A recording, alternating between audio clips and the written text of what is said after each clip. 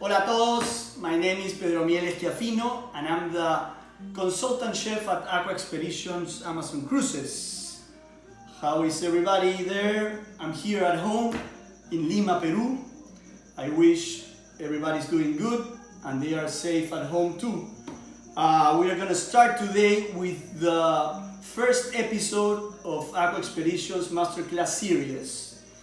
And for this first episode, we're going to prepare two of the most iconic recipes or preparations of our cuisine, our Peruvian cuisine. Pisco Sour and Ceviche. Okay guys, so pay attention to the recipes, okay? But most important, have fun and let's share together this moment wherever you are in the world, okay?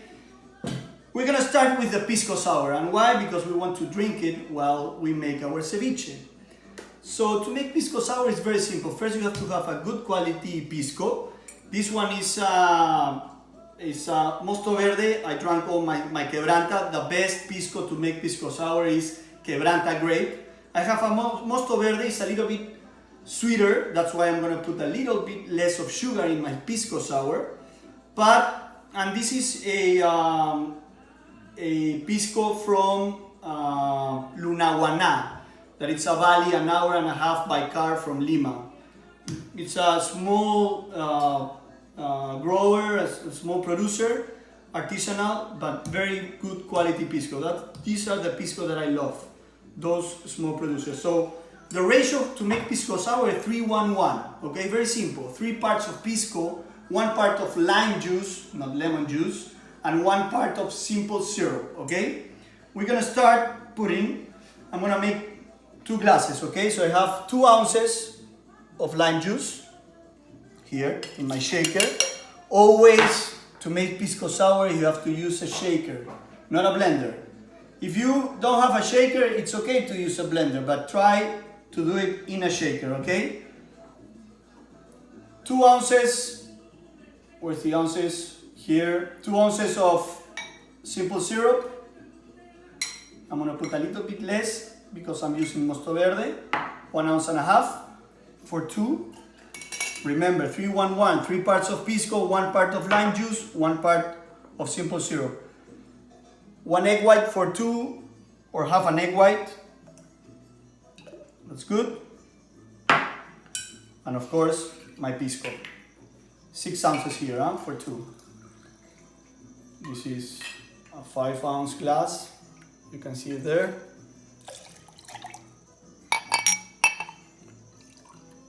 And 1 ounce. 6 ounces. Here we go. Now, first we're gonna make a dry shake. Why we make a dry shake? Because we want to break the egg whites, start having foam and mixing the cocktail, okay? About 30 seconds of dry shaking, it's enough.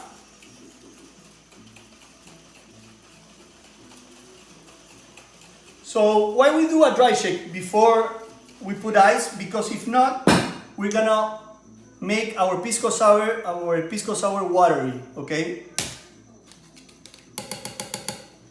You can see a little bit of foam already forming.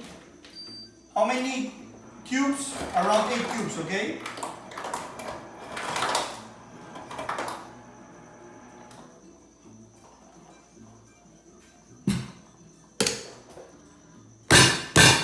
Close very tight your shaker. And we're gonna start shaking for a minute and a half, okay? 1 minute. It's gonna start getting cold.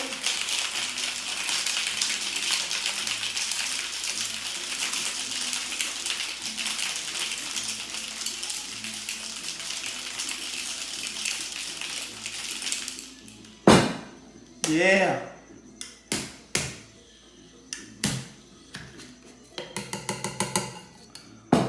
Okay. When we do our Pisco Sour, you have to double strain. You don't need any piece of ice you don't want any piece of ice in your glass, okay?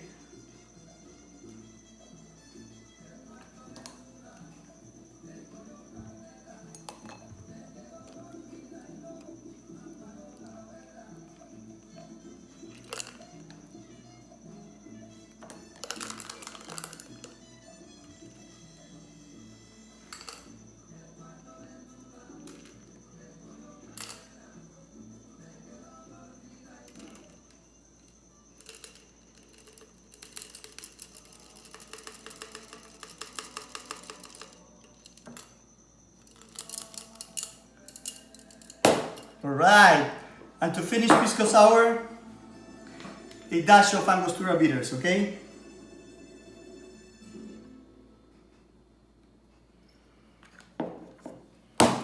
I'm gonna share this with my wife that is doing the video. Cheers. Salud con Pisco Sour.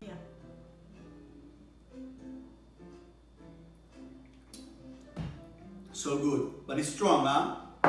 One Pisco Sour is good. Two Pisco Sour is great. Three Pisco Sours, you're drunk. Okay, let's go with the ceviche. I'm gonna put this aside. My Pisco Sour here. I'm gonna bring my fish for the ceviche. So we are doing 2 portions of ceviche. I have between 400 and 500 grams of fish already clean. And when I clean my fish, I took out all the red parts, blood, all some of the bones also, and some of the tough parts of the fish, no? And I put them in a separate bowl because I'm gonna make here la leche de tigre. You know leche de tigre? If you don't know what leche de tigre is, you're gonna learn it right now because, well, if we want to translate, it's called tiger's milk. This is a short story about tiger's milk. Tiger's milk, we call it tiger's milk because when you have a good party, you know, you go out, you party until late, next morning you are kind of with a hangover, you know, you don't feel good, you go to a cevicheria and you have a good ceviche. At the end, the juice that is left of your ceviche, you're gonna put it in a glass, you're gonna add some pisco, and you're gonna do that shot. And that shot makes you roar. So people here in Lima put the name to that juice, tiger's milk, leche de tigre, because it brings you up, it gives you power, and it makes you roar. So we're gonna make tiger's milk, okay? We have some celery here. I have 2 stalks of celery. We're gonna chop them really fine. Follow me, follow the ingredients. Celery, 2 stalks. Okay? Put them with the fish scraps.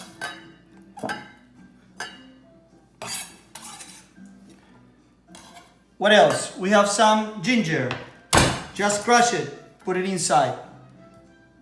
2 or 3 garlic cloves. Okay, crush it. Same thing. Inside. What else? Some chili peppers. If you like spicy, you put a lot. If you don't like too much spicy, don't put too much. Onion, a little bit of onion.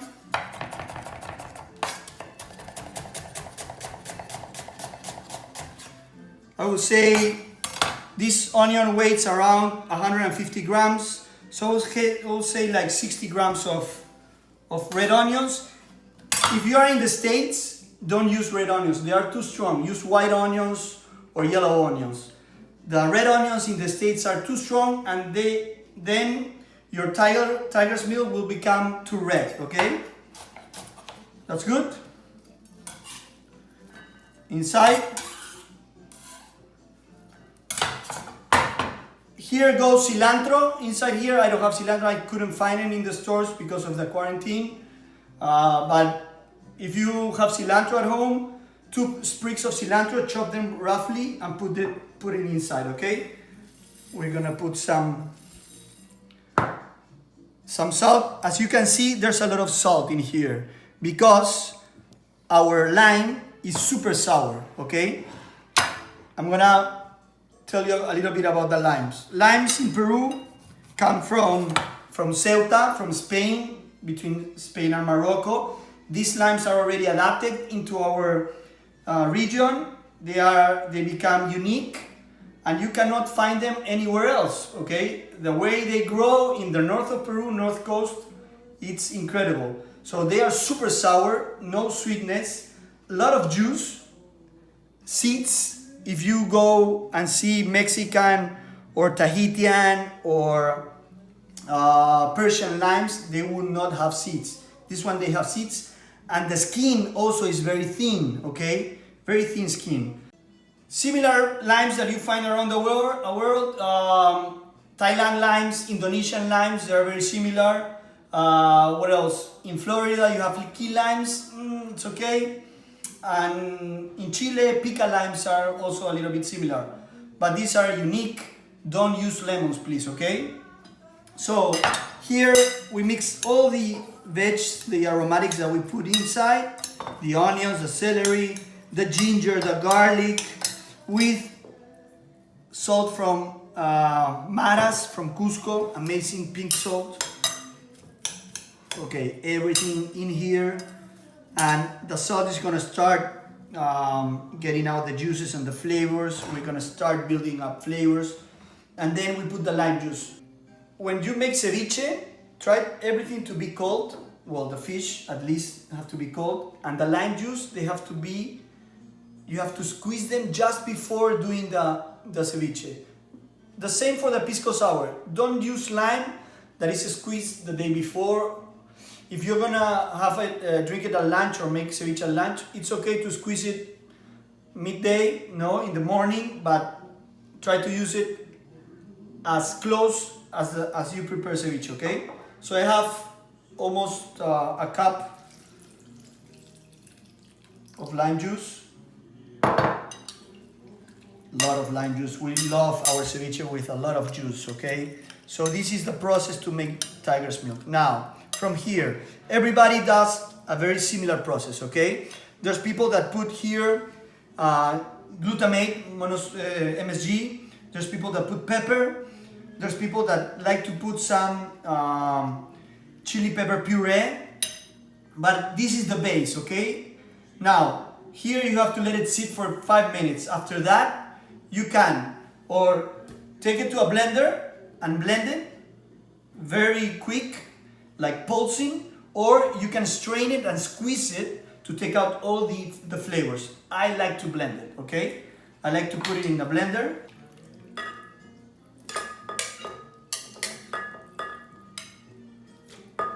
I like to blend my tiger's milk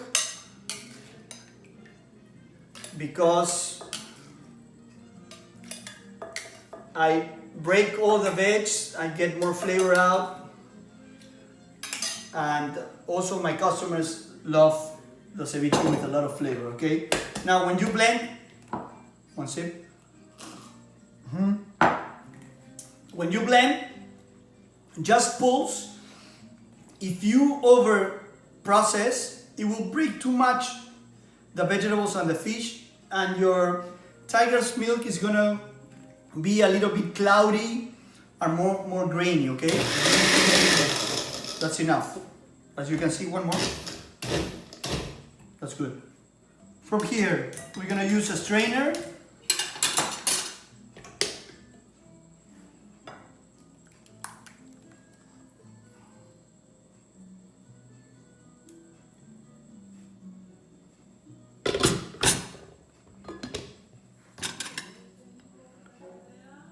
I'm gonna squeeze out all the juice, okay?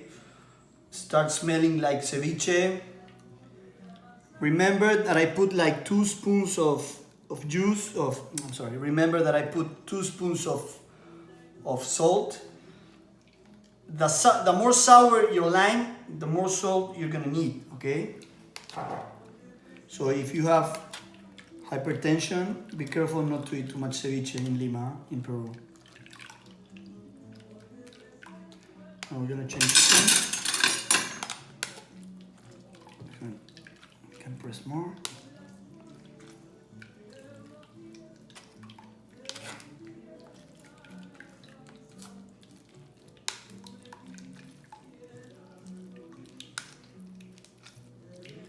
Okay, that's good.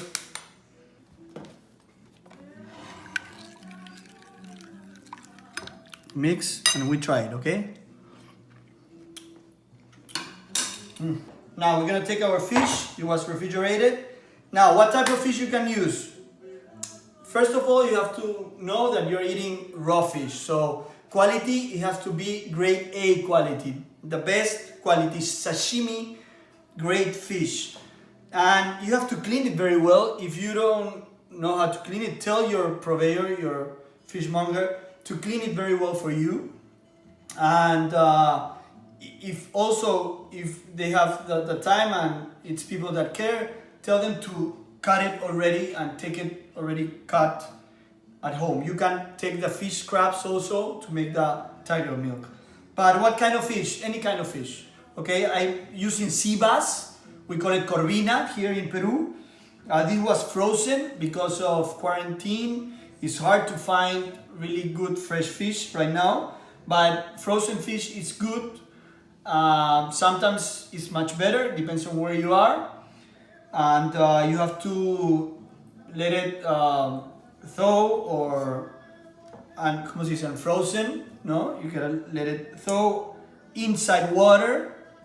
Change the water 3, 4, 5, 6 times until it's already defrost. And then you cut it like this size cubes. We like these cubes, big cubes. We don't like small cubes. And why? Because small cubes will cook with a lime juice faster. It will become kind of tough and the texture is not good. So we like big cuts, okay? First thing you're gonna do, you're gonna put some salt. I'm gonna bring another spoon. And you're gonna mix it. Okay, you can do this 30 minutes before you do your ceviche, no problem, because salt is gonna start acting in the fish, in the protein, and bringing out the juices, and you're gonna start building flavor. Then onions. Okay, it's important the cut of the onion. Okay. Now this is a good size of julienne. If you make it thinner, like this one, the onion is gonna cook faster. Here in Peru, our onions are very sweet. They're not pungent, they're sweet, and we love onions. Actually, we are a country that eat a lot of onion. This is the vegetable that is most cultivated. We cultivate tons of onions here in Peru, so we like ceviche, not so thin, the onions, not so thin, okay? Like this. Then we're gonna put it here on top, like this. Not too much, okay? That's good. I'm gonna leave the rest for later. Then we're gonna bring some chili pepper.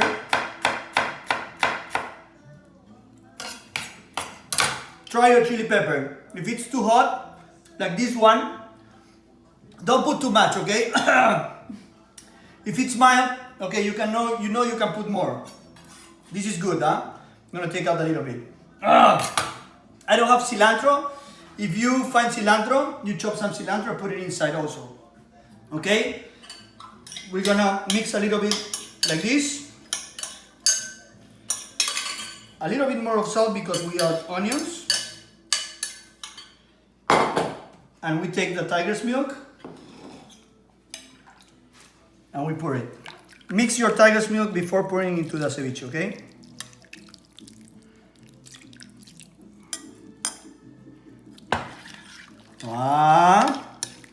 You can see how the fish start changing color. Wow.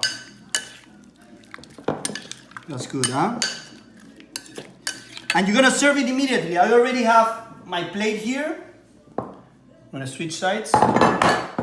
Sip of Pisco Sour. Change spoon again. serving spoon.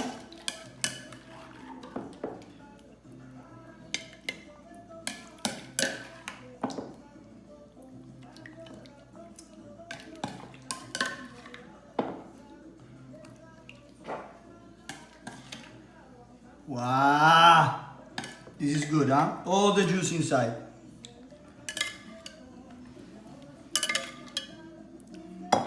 I have a classic garnish for ceviche: corn, white corn, Andean corn, amazing.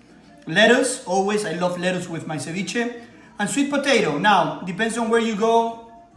In Peru, you're gonna find it with potatoes, with yuca, with plantains, fried plantains. In the Amazon, we use plantains, we use boiled plantains, they're amazing. Now, some onions that we left behind to put it on top, like this. And if you have cilantro sprigs, you put it on top. Okay, guys? Enjoy, enjoy. Make this ceviche at home. I want you to make this at home and to share with us your experience. Every time you do it, please put your picture, your photo, and use this hashtag cooking with Aqua. All right? Any question you have, please don't hesitate to put it in there. We're gonna answer all your questions. Be safe, have fun.